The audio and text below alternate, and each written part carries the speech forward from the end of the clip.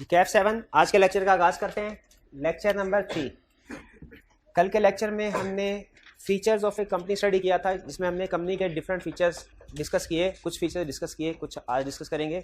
Important features जो हमने discuss किए उनमें था सेपरेट लीगल स्टेटस और separation of ownership from management, share capital. ये 3 फीचर्स हमने डिस्कस किए थे।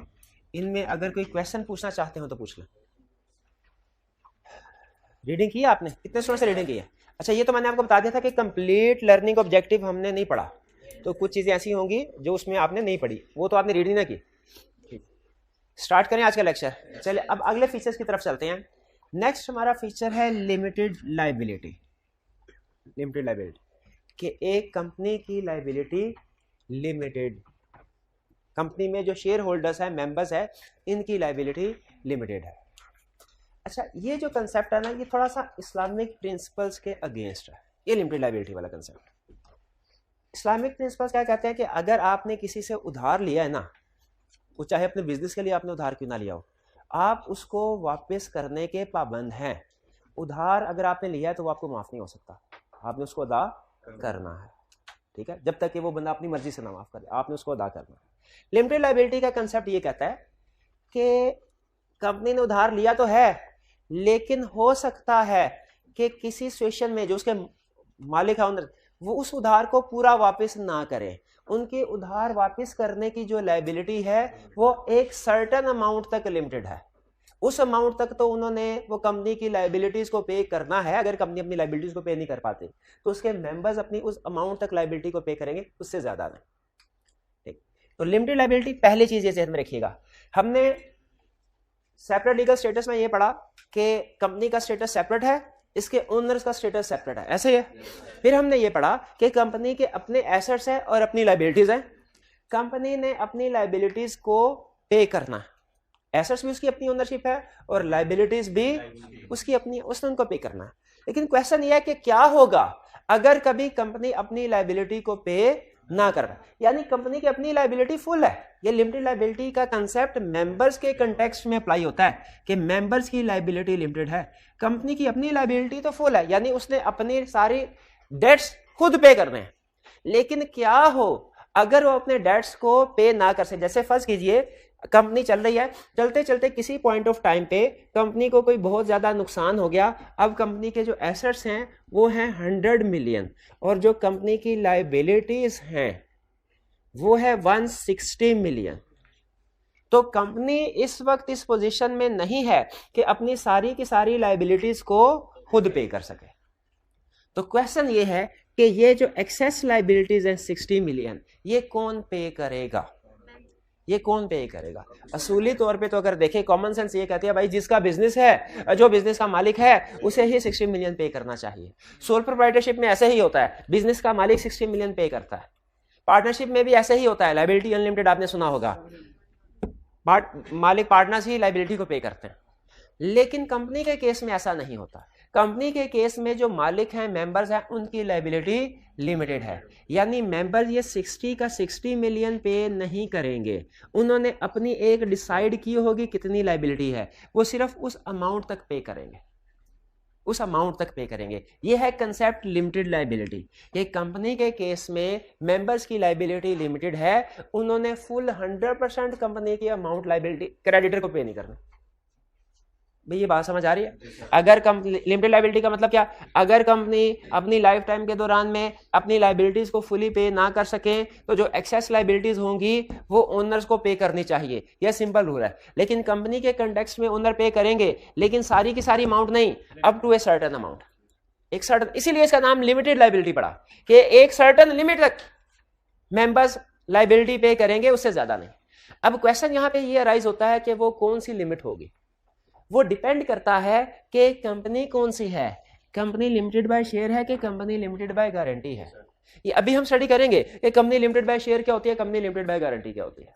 अभी हम इसको स्टडी करें, इसलिए मैं अभी आपको इसकी अमाउंट मेंशन नहीं कर रहा, वो भी थोड़ी देर के बाद करूंगा। अभी सिर्फ आपको ये सिखा रहा हूं कि लिमिटेड लायबिलिटी का कंसेप्ट क्या है। अगर कंपनी अपनी किसी वक्त अपनी लायबिलिटीज को पे ना कर पाए तो फिर उसके मेंबर्स की लायबिलिटी हो जाएगी कि वो सरप्लस लायबिलिटी, एक्सेस जो है, जो कंपनी पे नहीं कर पा रही, उसको मेंबर्स पे करें।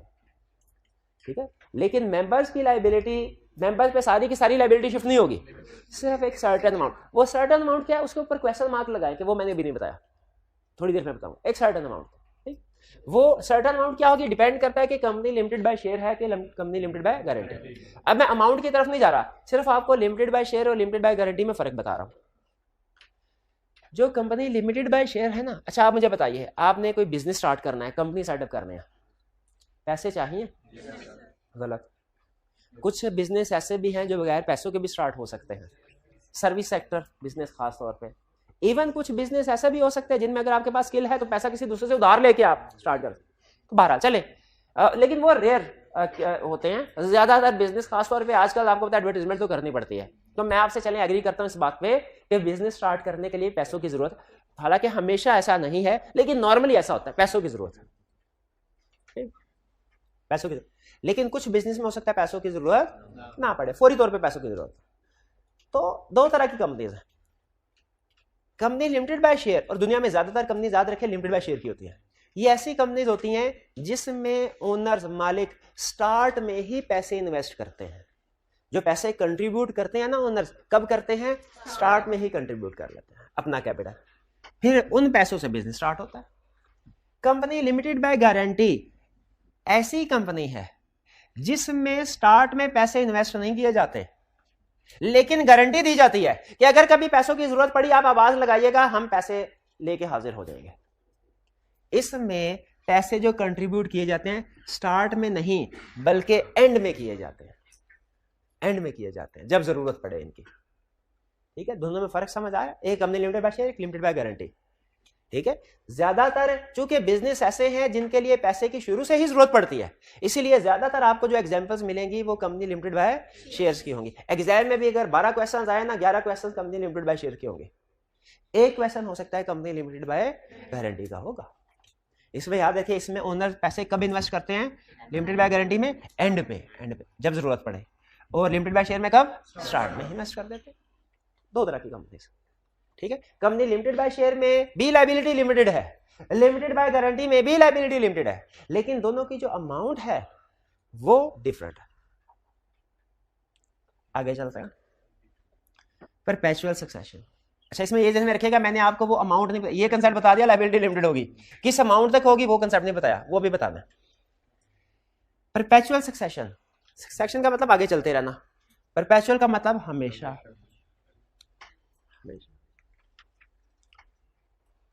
इंसान, नेचुरल पर्सन की बर्थ होती है, वो बड़ा होता है, उसका आईडी कार्ड बनता है, फिर वो जिंदगी गुजारता है, उसकी डेथ हो जाती है। ठीक, कंपनी के केस में, आर्टिफिशियल पर्सन के केस में, एक कंपनी क्रिएट होती है बाय प्रोसेस ऑफ लॉ, और उसकी कभी डेथ नहीं होती, उसकी डेथ भी बाय प्रोसेस ऑफ लॉ होगी, उसकी डेथ भी बाय प्रोसेस। अगर आप थ्रू वो प्रोसेस ऑफ लॉ जिसके थ्रू कंपनी की डेथ हो, कंपनी खत्म होती है, उसे कहते हैं वाइंडिंग अप प्रोसेस, और वो प्रोसेस जिसके थ्रू कंपनी की बर्थ होती है उसे कहते हैं इनकॉर्पोरेशन प्रोसेस। तो कंपनी क्रिएट होती है through legal process of incorporation, company and होती है through legal process of winding up. ठीक है, अगर कंपनी को लीगली वाइंड अप ना करवाया जाए तो कंपनी कभी नहीं मरेगी, कंपनी हमेशा चलती रहती है, क्योंकि ये नेचुरल पर्सन नहीं है, कभी बीमार नहीं होती, ये कभी कमजोर नहीं होती, कभी इसकी डेथ नहीं होती, ये हमेशा परपेचुअल सक्सेशन का मतलब एक कंपनी हमेशा चलती रहेगी। देखिए, सोल प्रोवाइडर है, सोल प्रोवाइडर की डेथ हो गई, बिजनेस खत्म। इवन पार्टनरशिप में भी आपने पढ़ा है कि जब किसी पार्टनर की डेथ हो जाए तो फिर नया पार्टनरशिप एग्रीमेंट बनता है, पुराना पार्टनरशिप एग्रीमेंट खत्म, वो भी एक तरह से पार्टनरशिप बिजनेस खत्म हो जाता है जब किसी पार्टनर की डेथ होती है। लेकिन एक कंपनी के केस में जब इसके ओनर्स की डेथ होगी, कंपनी के केस में जो इसके ओनर्स की डेथ होगी, उससे कंपनी के स्टेटस पे कोई फर्क नहीं पड़ेगा, क्योंकि ओनर का स्टेटस सेपरेट है, कंपनी का स्टेटस सेपरेट है। ओनर्स की अगर डेथ हो भी गई, कंपनी की डेथ नहीं होगी, कंपनी चलती ही रहेगी। इसे कहते हैं concept of perpetual succession. Perpetual का मतलब हमेशा, सक्सेशन मींस कंपनी हमेशा चलती रहेगी। क्लियर? फिर इसके बाद constitutional documents. Constitutional documents, partnership आपने पढ़ा है, पार्टनरशिप बिजनेस क्रिएट होता है एक डॉक्यूमेंट की बेस पे, उसे क्या कहते हैं? Partnership deed. शाबाश। जब तक पार्टनरशिप एग्रीमेंट या पार्टनरशिप डीड नहीं होगा ना, पार्टनरशिप नहीं बन सकती। सोल प्रोप्राइटरशिप के लिए कोई लीगल डॉक्यूमेंटेशन की जरूरत नहीं होती, पार्टनरशिप के लिए होती है, और कंपनी के लिए तो लाजमी होती है। पार्टनरशिप में फिर भी उन्होंने गुंजाइश रखी है, पार्टनरशिप एग्रीमेंट होना चाहिए, लेकिन वो रिटर्न भी हो सकता है, वर्बल भी हो सकता है।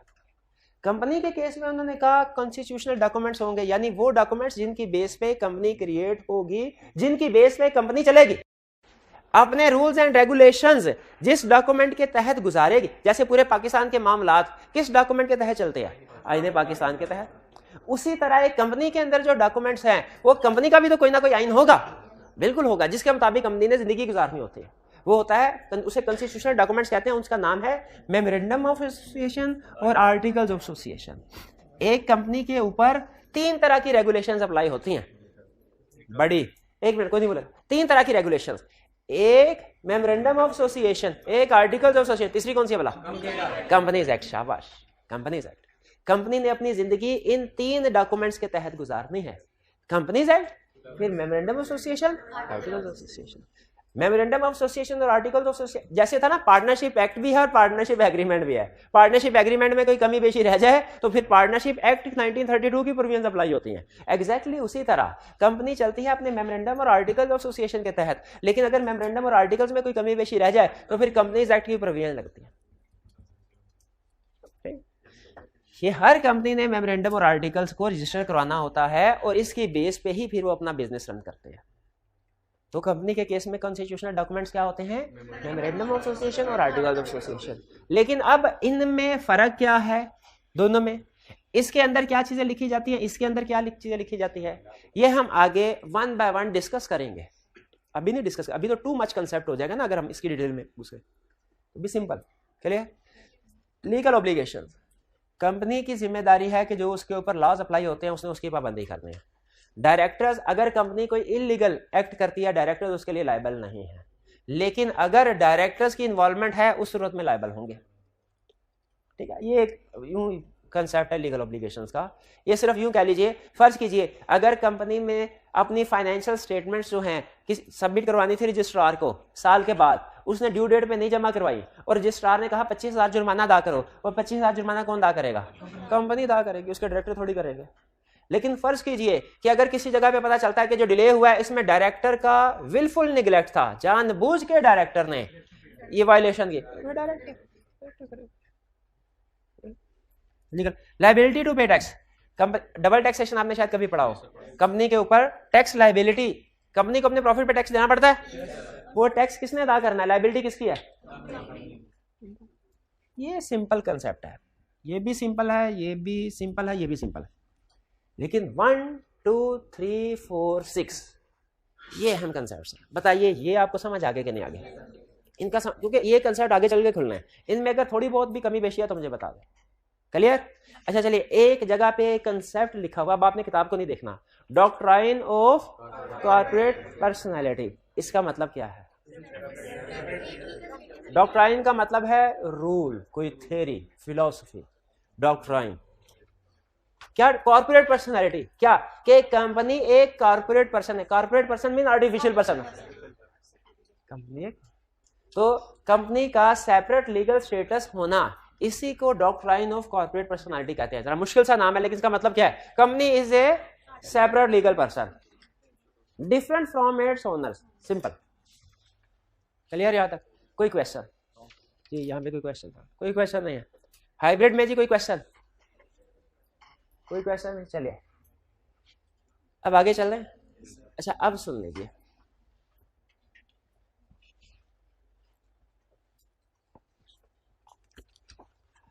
क्या दुनिया में एक ही तरह के इंसान हैं सारे? सारे एक ही तरह के नहीं। क्या दुनिया में सारी कंपनीज एक ही तरह की होंगी? डिफरेंट टाइप्स ऑफ कंपनीज होंगी, ठीक है। अच्छा, कंपनीज की एक सुप्रीम डॉक्यूमेंट जो किसी भी कंपनी के ऊपर एप्लीकेबल है वो है कंपनीज एक्ट, ठीक है, कंपनीज एक्ट। ये जो कंपनी एक्ट या कंपनी लॉ है ना, ये टाइम टू टाइम चेंज होता रहता है। ये अभी कंपनीज एक्ट 2017 है, लेटेस्ट चल रहा है। इससे पहले कंपनीज ऑर्डिनेंस 1984 होता था, ठीक, उससे पहले भी कंपनीज एक्ट हुआ करता था। तो ये चेंज होता रहता है, लेकिन बहरहाल कंपनीज एक्ट है। अच्छा बताइए, इसमें कंपनीज एक्ट में सिर्फ कुछ कंपनीज को कवर किया गया होगा या हर टाइप ऑफ कंपनी को कवर किया? इसमें हर टाइप ऑफ कंपनी के लिए कुछ ना कुछ, कि इस तरह की कंपनी ने ये करना है, इस तरह की कंपनी ने ये करना है, इस तरह की कंपनी ने ये करना है। तो आगे लीगल रिक्वायरमेंट्स, हमें डायरेक्ट लीगल रिक्वायरमेंट्स को पढ़ना शुरू करना चाहिए कि पहले टाइप ऑफ कंपनीज को समझ लेना चाहिए, ताकि अगर आगे चल के कहे कि ये वाला कंसेप्ट इस तरह की कंपनीज के ऊपर अप्लाई होगा, ये वाला कंसेप्ट इस तरह की कंपनीज के ऊपर अप्लाई होगा, तो हमें पता होना चाहिए कि ये किस टाइप ऑफ कंपनी की बात कर रहा है। पता होना चाहिए कि नहीं पता होना चाहिए? बिल्कुल। और एग्जाम में स्टूडेंट के फेल होने की जो बड़ी रीजन है वो ये कि स्टूडेंट कंसेप्ट को, ये याद कर लेंगे आप, ये कंसेप्ट फेल होने की रीजन नहीं है, लेकिन इस कंसेप्ट को स्टूडेंट अप्लाई नहीं करते। आगे चल के कहता है ये मैं कंसेप्ट बता रहा हूं, कंसेप्ट सारा बता देगा, फिर नीचे कहेगा ये कंसेप्ट सिर्फ प्राइवेट कंपनी में अप्लाई होता है।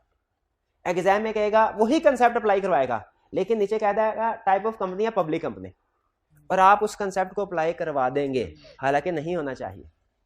अभी आपको बज़ाहिर ये बड़ी आसान सी सादा सी बात लग रही है, इसलिए कि अभी आपने टाइप्स ऑफ कंपनीज पढ़े नहीं है, अभी आपने वो कंसेप्ट पढ़े नहीं है। जब वो कंसेप्ट इकट्ठे होना शुरू होते हैं ना, तो फिर मिक्स होते हैं। अभी कोई भी कंसेप्ट, एक कंसेप्ट आपका दूसरे कंसेप्ट के साथ मिक्स नहीं हो सकता। अभी आपने लॉ के स्टार्ट में है, लेकिन आपके जहन में लॉ का एक कंसेप्ट दूसरे कंसेप्ट के साथ मिक्स नहीं, क्यों? अभी कंसेप्ट पढ़े ही नहीं है। पढ़े कहाँ है आपने? जैसे जैसे आप कंसेप्ट ज्यादा पढ़ते जाएंगे ना, वैसे वैसे कंसेप्ट्स के मिक्स होने का चांस भी बढ़ता जाता है। इसीलिए जब कभी आपको लगे ना ये प्रवीण पता नहीं ये लगनी है कि ये लगनी है, कि आप कंफ्यूज हो जाएं, तो आप समझ रहे होते हैं मेरी तैयारी अच्छी नहीं है। हालांकि इसका मतलब क्या होता है भला? आपकी तैयारी बहुत अच्छी है, ज्यादा चीजें पढ़ी हैं, इसलिए तो कंफ्यूजन क्रिएट हो रही है कि ये वाली चीज अप्लाई होनी है कि ये वाली। वहां पे सिर्फ थोड़ा सा शातिर दिमाग के साथ सोचने की जरूरत होती है कि चीजें मेरे सामने हैं, अब मैं ये भी सीख लूं कि इस सिचुएशन में कौन सी चीज अप्लाई हो रही है और क्यों हो रही है, इस क्वेश्चन में क्या ऐसी खास बात थी जिसपे हमने ये वाली बात लिखी है, ये नहीं लिखी। ये सोचना होता है सिर्फ, ठीक है। तो अभी आपको टाइप्स ऑफ कंपनी मैं समझाऊंगा, शायद आपको आसान लगेगा ये कंसेप्ट, लेकिन जब हम लीगल रिक्वायरमेंट्स पढ़ रहे होंगे ना, उस वक्त आपने खास तौर पे ये जहन में रखना है, जगह कहीं लिखा हुआ ना every private company shall do this, आपने प्राइवेट कंपनी को अंडरलाइन कर लेना है। कुछ लीगल रिक्वायरमेंट्स हैं वो एक तरह की कंपनी पे अप्लाई होती हैं, कुछ लीगल रिक्वायरमेंट्स दूसरी तरह की कंपनी पे अप्लाई होती हैं, कुछ लीगल रिक्वायरमेंट्स हर तरह की कंपनी में अप्लाई होती हैं। आप लीगल रिक्वायरमेंट बाद में पढ़ें, पहले ये डिसाइड कर ले ये रिक्वायरमेंट अप्लाई किस टाइप ऑफ कंपनी पे हो रही है। एग्जाम में वो आपको कंफ्यूजन क्रिएट करवाता है, कंसेप्ट अप्लाई किसी और टाइप ऑफ कंपनी पे हो रहा होता है, फैक्ट्स उसी केस के लिए आता है ताकि आपका जहन उधर चला जाए, नीचे टाइप ऑफ कंपनी चेंज कर देगा। ये अक्सर करता है उसका, ये टिपिकल तरीका वार बात है, तो आपने इस चीज का ध्यान रखना है। अभी हम पढ़े हैं टाइप्स ऑफ कंपनीज, किस लिए? ताकि आइंदा हम जो भी लीगल रिक्वायरमेंट्स पढ़े ना, हमें पता हो ये रिक्वायरमेंट किस टाइप ऑफ कंपनी के लिए है, उसको अंडरलाइन करें और जेन में बिठाएं, उसे उसी कंपनी के ऊपर अप्लाई करना कंसेप्ट। पहले type of company, types on the basis of status. Types of companies किस बेस पे? स्टेटस। स्टेटस से मुराद कि वो प्राइवेट कंपनी है कि पब्लिक कंपनी है। प्राइवेट, अच्छा प्राइवेट और पब्लिक का नाम सुन के जो पहला कंसेप्ट आपके जहन में आ रहा है ना, वो गलत है। पहला कंसेप्ट जहन में क्या आ रहा है कि पब्लिक कंपनी वो है जो ओन्ड बाय गवर्नमेंट है, और प्राइवेट कंपनी वो है जो प्राइवेट इन्वेस्टर ओन कर रहे हैं। इसका ये मतलब नहीं है। जो पब्लिक ओन कर, जो गवर्नमेंट ओन कर, उसको हम पब्लिक कंपनी नहीं कहते, बल्कि कहते हैं public sector company. Public company कुछ, पब्लिक कंपनी भी प्राइवेट लोग ओन कर रहे होते हैं, प्राइवेट कंपनी भी प्राइवेट लोग ओन कर रहे होते हैं, ठीक है। तो ये जहन में रखिएगा, ये पब्लिक कंपनी और है और पब्लिक सेक्टर कंपनी और है। ये पब्लिक कंपनी और है, पब्लिक सेक्टर कंपनी और है, ठीक है। पब्लिक सेक्टर क्या होगा? जिसमें गवर्नमेंट की होल्डिंग है मेजॉरिटी। तो फिर क्या फर्क है प्राइवेट कंपनी पब्लिक? सुन ले, प्राइवेट कंपनी में, प्राइवेट कंपनी एक ऐसी कंपनी है, private company is a company which by its articles.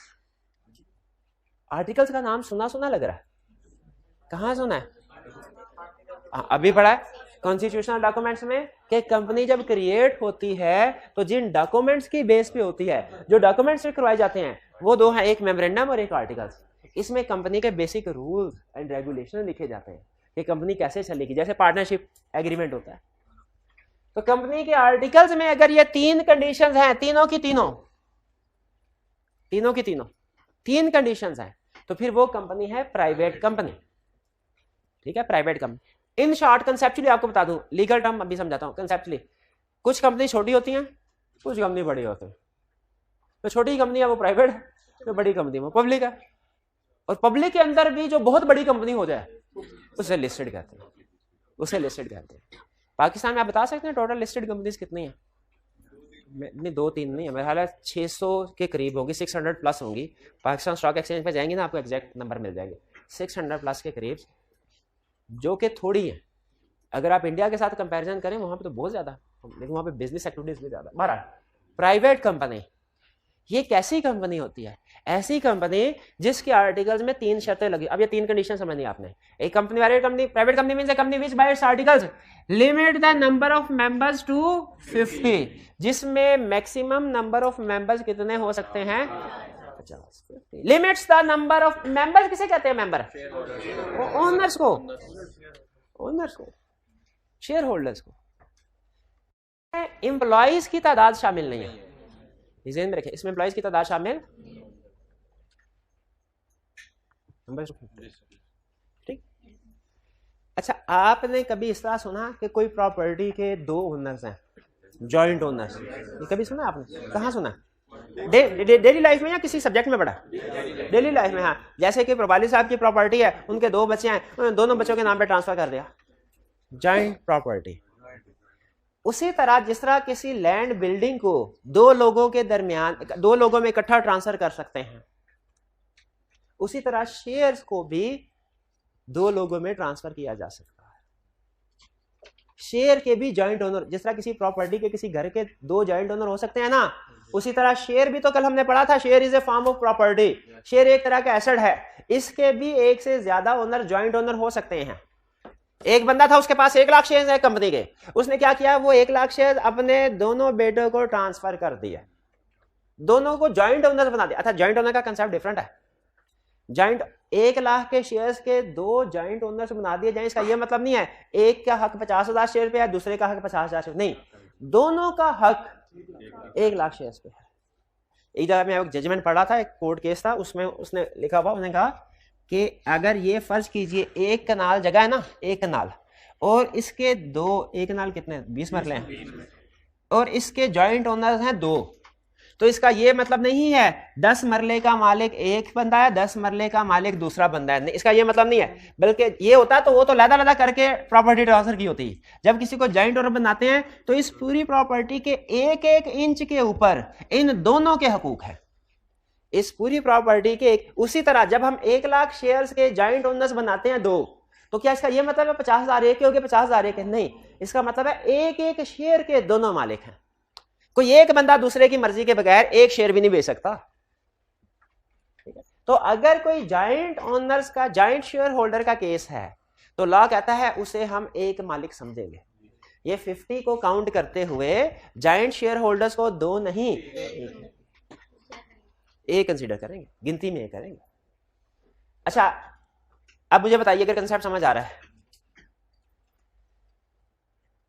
Private company क्या कहती है? प्राइवेट एक company which by its articles, by memorandum नहीं, article limits the number of members to 50। तो अच्छा, मुझे बताइए कि अगर एक कंपनी के नंबर ऑफ, मुश्किल क्वेश्चन पूछ रहा हूं, कंपनी के नंबर ऑफ मेंबर्स हैं 30, वो पब्लिक है कि प्राइवेट है कि दोनों हो सकती हैं?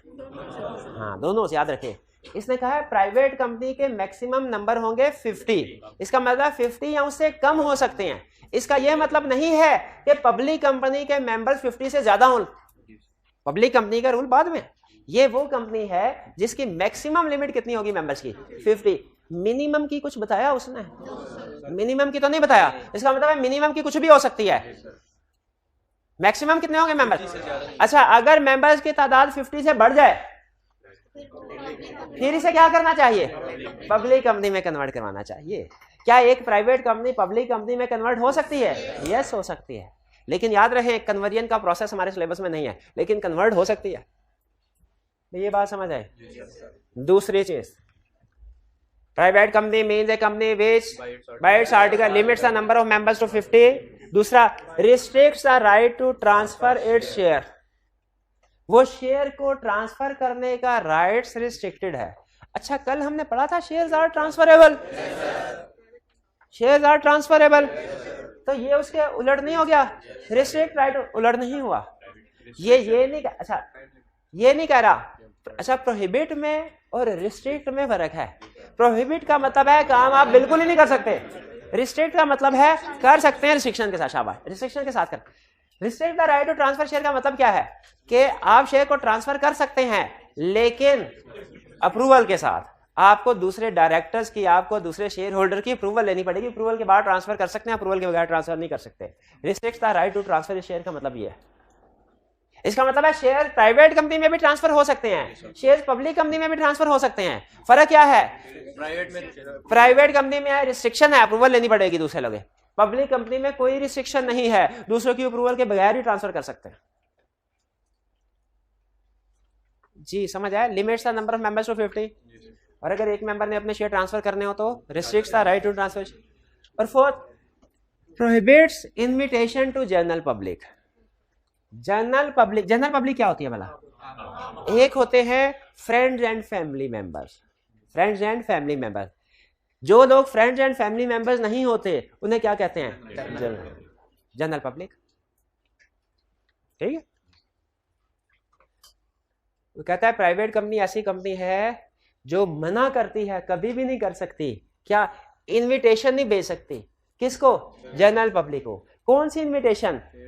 कि आके इस कंपनी के शेयर्स खरीदे जाए या सिक्योरिटीज खरीदी जाए, या शेयर के साथ उसने एक दो और अल्फाज लगाए होंगे, डिबेंचर्स, ठीक है, यहाँ रिडीमेबल कैपिटल, ये अल्फाज लगाए। अभी फिलहाल सिर्फ शेयर्स के ऊपर फोकस करें कंसेप्ट समझने के लिए।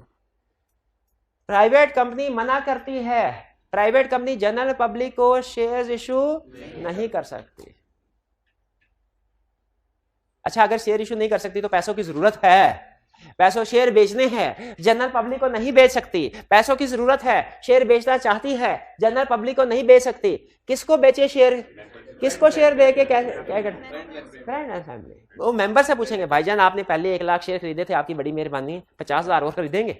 अगर ये कहे नहीं तो कंपनी का ये कर सकती है, अच्छा ठीक है मैं फिर अखबार में इश्तेहार देती हूँ कि जो भी हमारे 50,000 शेयर खरीदना चाहता है आके खरीद ले। ये मना। फिर कंपनी क्या? अच्छा भाईजान आप नहीं खरीद सकते, आप ऐसा करें, आपके कोई दोस्त मिलने जुलने वाले होंगे, बड़े बड़े इन्वेस्टर्स होंगे, अच्छे लोगों में उठना बैठना आपका, जरा कोई इन्वेस्टर तो ढूंढ के लाए। ये एक एक करके लोगों के घरों में जाके मिल मिला के ऑफर्स करके इन्वेस्टर ढूंढेंगे। ये है मतलब prohibits invitation to general public, कि जनरल पब्लिक को इन्विटेशन नहीं दी जा सकती। कौन सी इन्विटेशन? कि आइए और हमारे कंपनी के शेयर्स खरीदिए, आइए हमारी कंपनी के डिबेंचर्स खरीदिए, आइए हमारी कंपनी का रिडीमेबल कैपिटल खरीदिए। जनरल पब्लिक को इन्विटेशन नहीं दे सकते। ये बात समझ आए? अच्छा, ये लिमिटेशंस है प्राइवेट कंपनी में। तो फिर पब्लिक कंपनी कौन सी होगी? जिसमें ये लिमिटेशंस नहीं होंगी, जिसमें ये लिमिटेशंस। क्लियर हो? अच्छा सुन लें, प्राइवेट कंपनी कौन सी कंपनी है? Private company means a company which by its articles limits the number of members to 50, restrict the right to transfer its share, prohibits invitation to general public to subscribe for its share and debenture. ये तीनों conditions.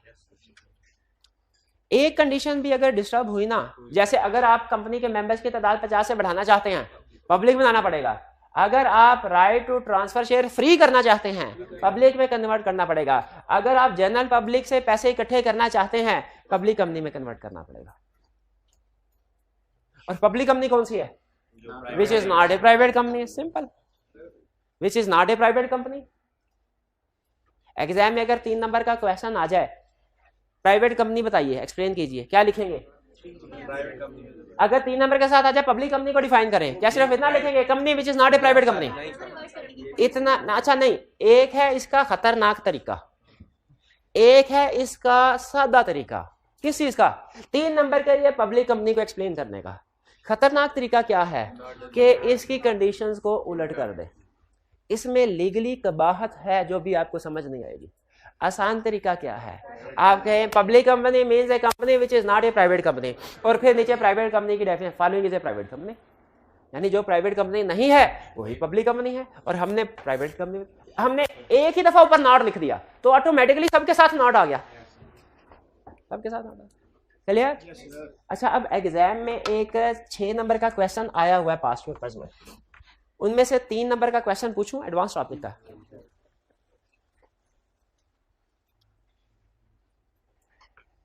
एक private company है, वो general public को share issue करना चाहती है, क्या करे? अपने आप को पब्लिक कंपनी में कन्वर्ट करे। 3 नंबर का क्वेश्चन है, अगर इतना लिखेंगे तो आधा नंबर मिलेगा।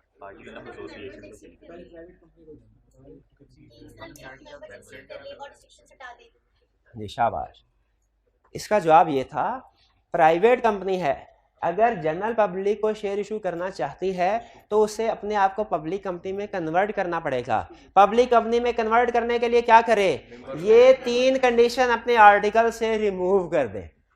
देखें, यही 3 कंडीशंस तो कंपनी को प्राइवेट कंपनी बना रही है। अगर आर्टिकल्स के अंदर से ये 3 कंडीशन उड़ा दी जाएं, पब्लिक कंपनी नहीं बन जाएगी। उसका डिटेल प्रोसेस हमारे सिलेबस में नहीं है, लेकिन बेसिक कंसेप्ट तो बताना चाहिए। एक कंपनी इन 3 कंडीशन की होने से प्राइवेट बनती है और इन 3 कंडीशंस के ना होने से पब्लिक बनती है। ये बात समझ आ गई? अच्छा चलिए। अच्छा, अगर आपको पब्लिक और प्राइवेट कंपनी में फर्क समझ आया है तो आपको एक इंटरेस्टिंग फैक्ट बताता हूं लॉ का, आपने उसकी रीजंस बतानी है। फैक्ट ये है कि कंपनीज एक्ट में बहुत सी रिक्वायरमेंट्स हैं, के करीब तो सेक्शन है और बाज़ का कुछ सेक्शन में एक से ज्यादा रिक्वायरमेंट्स भी है। ज्यादातर रिक्वायरमेंट्स गैस कीजिए किस टाइप ऑफ कंपनी पे अप्लाई? पब्लिक कंपनी पे। ज्यादातर रिक्वायरमेंट्स पब्लिक कंपनी पे अप्लाई होती हैं, कुछ रिक्वायरमेंट्स प्राइवेट कंपनी पे अप्लाई होती हैं और कुछ रिक्वायरमेंट्स दोनों पे अप्लाई होती हैं। कुछ रिक्वायरमेंट्स हर तरह की कंपनी पे अप्लाई होती हैं, कुछ सिर्फ प्राइवेट पे और कुछ पब्लिक पे। लेकिन पब्लिक पे सबसे ज्यादा रिक्वायरमेंट्स है, यानी पब्लिक कंपनी के लिए लॉ का शिकंजा सख्त है, उसके ऊपर ज्यादा रिक्वायरमेंट्स अप्लाई होती है। रीजन बता सकते हैं क्यों? क्योंकि पब्लिक कंपनी में पब्लिक इंटरेस्ट ज्यादा है, इसमें इन्होंने जनरल पब्लिक से पैसे इकट्ठे किए होते हैं। प्राइवेट कंपनी में चूंकि जनरल पब्लिक का इंटरेस्ट नहीं होता, जनरल पब्लिक का पैसा नहीं होता, इसलिए गवर्नमेंट को, इसकी लॉ मेकर्स को इसकी इतनी टेंशन नहीं है। इनको पता है कि ये जब अपने किसी दोस्त के जाएंगे तो दोस्त इनसे पूछताछ खुद ही कर लेगा कि भाई कौन सा बिजनेस है, आप उसमें कितना प्रॉफिट देते हो, पिछले साल का प्रॉफिट क्या है, डिविडेंड वगैरह वगैरह। इसीलिए याद रखिएगा, ज्यादातर रिक्वायरमेंट्स किसके लिए? पब्लिक कंपनी के लिए, ठीक है, और कम रिक्वायरमेंट्स है प्राइवेट कंपनी। प्राइवेट कंपनी के आगे फर्दर 2 टाइप्स हैं, डिपेंड करता है उसके। देखें, मैक्सिमम नंबर ऑफ मेंबर्स तो 50 है, मिनिमम कितने? अगर उसका एक ही मेंबर है उसे कहते हैं सिंगल मेंबर कंपनी, और अगर उसका मेंबर्स की तादाद 2 या उससे ज्यादा है उसे क्या कहते हैं? Other than single member company. और ये ध्यान में रखिएगा, इन दोनों में कॉमन क्या है? They can not offer shares to general public. ये कंपनी चाहे सिंगल मेंबर कंपनी हो, चाहे other than single member company हो, कोई भी प्राइवेट कंपनी हो, चाहे सिंगल मेंबर हो चाहे अदर देन सिंगल मेंबर हो, ये जनरल पब्लिक को शेयर्स ऑफर नहीं कर सकते। क्लियर हुई ये बात? और ये आपको आपके जनरल नॉलेज के लिए बात बता दूं, आज से कोई 15 साल पहले सिंगल मेंबर कंपनी का कंसेप्ट नहीं होता था।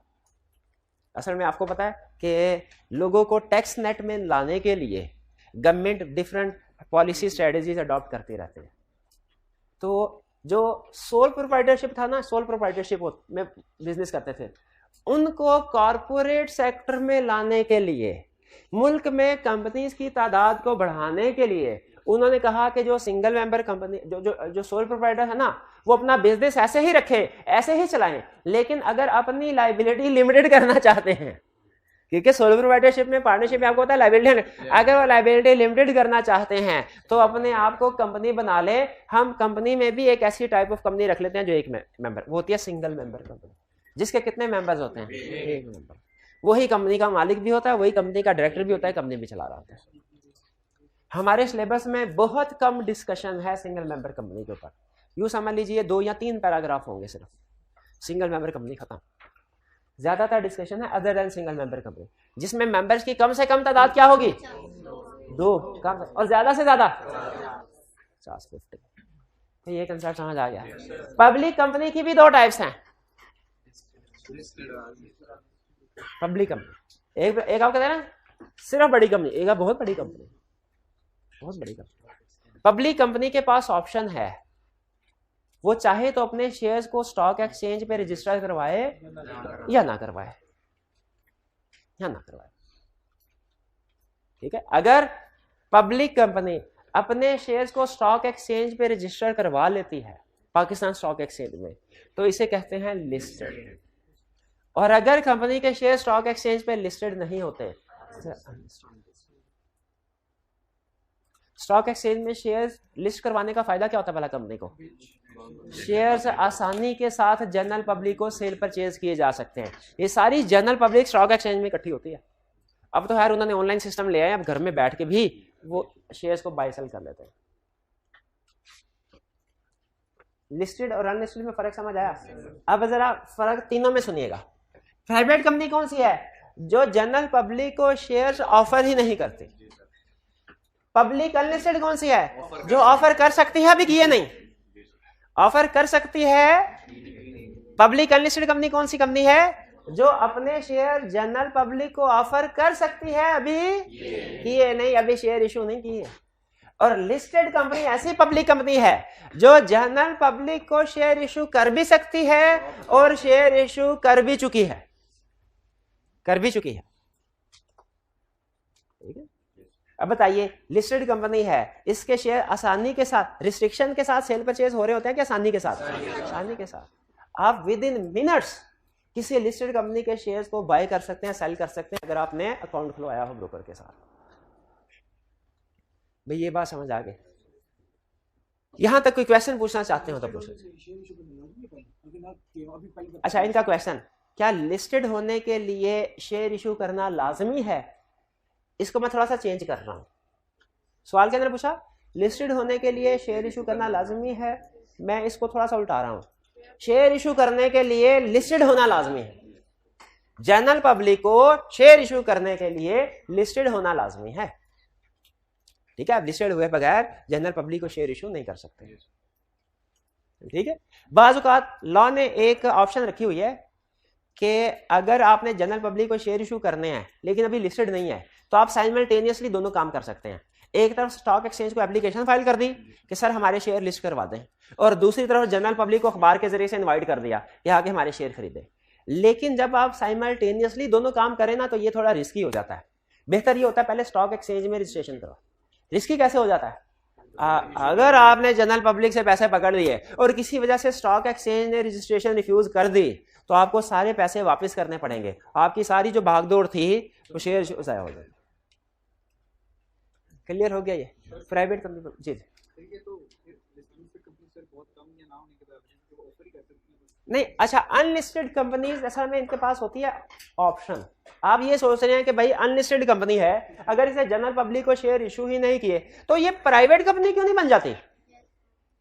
देखें, पब्लिक कंपनी का फायदा क्या है? जनरल पब्लिक को शेयर इशू कर सकते हैं। जब ये पब्लिक कंपनी का फायदा ही नहीं ले रही लेकिन पब्लिक कंपनी का नुकसान ले रही है, क्या इसके ऊपर रेगुलेशन ज्यादा अप्लाई हो रहे हैं? तो क्यों? असल में इसलिए कि ये कहते हैं कि ठीक है, हम पब्लिक अनलिस्टेड हैं, हमारे शेयर हम जनरल पब्लिक को अभी इशू नहीं, लेकिन जब चाहे कर तो सकते हैं ना। हमें शेयर इशू करने के लिए अपने आप को कन्वर्ट नहीं करना पड़ेगा। इस कंपनी को अगर ये जनरल पब्लिक को शेयर इशू करना चाहे, अपने आप को पहले पब्लिक कंपनी में कन्वर्ट करना पड़ेगा, फिर उसके बाद स्टॉक एक्सचेंज में कॉन्टैक्ट करना पड़ेगा। ये डायरेक्ट स्टॉक एक्सचेंज में कॉन्टैक्ट करके विद इन डेज लिस्टेड में कन्वर्ट हो सकते हैं। ठीक है, तो ये बहरहाल उनकी अपनी मर्जी है। तो चाहे तो पब्लिक कंपनी के तौर पर रजिस्टर करवा के कहें ठीक है, हमें जनरल पब्लिक के पैसों की जरूरत नहीं, हमारे अपने पास पैसे हैं, हमें जब जरूरत पड़ेगी तब उनसे मांग लेंगे, अभी जनरल पब्लिक से मांगे बगैर पैसे काम चलाएं। ऐसे भी हो सकता है। ये बहरहाल जो इन्वेस्टर्स हैं, बिजनेस, उनकी अपनी चॉइस है। जब वो कंपनी क्रिएट करना चाहते हैं, चाहे तो प्राइवेट कंपनी खुलवा लें, चाहे पब्लिक कंपनी, और पब्लिक कंपनी के तौर पे रजिस्ट्रेशन कराने के बाद चाहे लिस्टिंग करवाए चाहे लिस्टिंग ना करवाएं, अपनी ऑप्शन। जी सर, आपने बोला कि जो प्राइवेट कंपनी है वो जनरल पब्लिक को नहीं ऑफर कर सकती। बिल्कुल, प्राइवेट कंपनी कभी भी जनरल पब्लिक को शेयर्स ऑफर नहीं कर सकते। तो आपने कहा कि फ्रेंड्स एंड फैमिली के थ्रू वो इन्वेस्टर ढूंढेंगे। हाँ जी बिल्कुल, इन्वेस्टर होने का चाहिए, फ्रेंड एंड फैमिली मेंबर के थ्रू ढूंढेंगे। सर तो वो जो इन्वेस्टर होगा वो भी जनरल पब्लिक में आता है? नहीं, वो इन्वेस्टर जनरल पब्लिक में नहीं आएगा, वो फिर वो क्योंकि हर किसी को इन्विटेशन नहीं दी। जनरल पब्लिक वो है, आप अखबार में इश्तेहार दे दें, आप अपनी वेबसाइट पे इश्तेहार दे दें कि जो भी शेयर खरीदना चाहता है वो आ जाए, ठीक है। वो जो अगर आप अपने फ्रेंड्स एंड फैमिली मेंबर से इन्वेस्टर ढूंढते हैं, वो आपने जनरल पब्लिक को इन्वाइट नहीं किया। इनका पॉइंट ऑफ व्यू यह है कि सर वो जो फ्रेंड या फैमिली मेंबर होगा वो भी तो पाकिस्तान का शहरी ही होगा ना, वो भी तो जनरल पब्लिक में से ही एक बंदा होगा, लेकिन हमने जनरल पब्लिक को इन्वाइट नहीं किया। हमने जनरल पब्लिक को इन्वाइट करने का मतलब है आप अखबार में इश्तेहार दें, आप अपनी वेबसाइट के ऊपर स्टेटस लगाएं कि आपको इन्वेस्टर्स की जरूरत है। आपने तो प्राइवेट अरेंजमेंट के थ्रू बंदा ढूंढा है, ये जनरल पब्लिक में नहीं आता, ठीक है। इसको कहते हैं प्राइवेट प्लेसमेंट।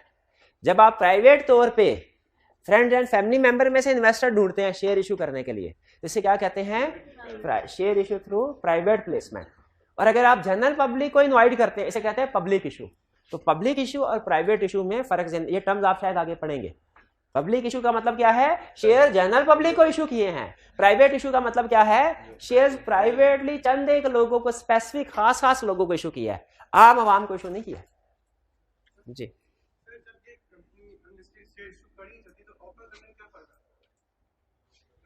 अनलिस्टेड नहीं, यानी ये कर सकती है, कैन ऑफर, ये नहीं हैज ऑफर्ड, जब करना चाहे कर सकती है, ठीक है। अभी किए नहीं है, ठीक है। You can offer and issue, it can offer या इशू, ये ऑफर या इशू करना चाहे कर सकती है, लेकिन अभी किए नहीं है। और ये कौन सी है? इसने कर दिए हैं। अब डेफिनेटली अगर ये कर सकती है, लेकिन इसे करने के लिए पहले स्टॉक एक्सचेंज में रजिस्ट्रेशन करानी पड़ेगी, ठीक है। जैसे क्या कोई मैट्रिक पास स्टूडेंट सीए में एडमिशन ले सकता है? सिर्फ मैट्रिक किया हो? नहीं कर सकता। अच्छा, क्या मैट्रिक वाला सीए के पेपर नहीं दे सकता? ग्रेड क्या जिसने इंटर किया हो वो सीए के पेपर दे सकता है? हाँ, लेकिन उसे आईकैप के पास रजिस्ट्रेशन करानी पड़ेगी। ये है मैट्रिक वाला, ये तो किसी सूरत में कर ही नहीं सकता। ये है इंटर वाला, कर सकता है, लेकिन अभी इसे रजिस्ट्रेशन करवानी पड़े। और अगर रजिस्ट्रेशन करवा ले, क्लियर हो गया जी। चलिए, मेरा ख्याल है आज के लिए इतना काफी है, ज्यादा कहीं कम्प्लेक्स ना हो जाए। ज़हन में रखिएगा, हमने on the basis of status पढ़ लिया है। अब इसके बाद आगे फर्दर हमने टाइप्स ऑफ कंपनी पढ़ना है on the basis of liability और अदर टाइप्स। अच्छा, अभी आपकी कोई होम असाइनमेंट, आज भी कोई होम असाइनमेंट नहीं है, कल इंशाल्लाह आपको होम असाइनमेंट देंगे, ठीक है। आज का लेक्चर यहाँ पे खत्म करते हैं हम। अल्लाह हाफिज।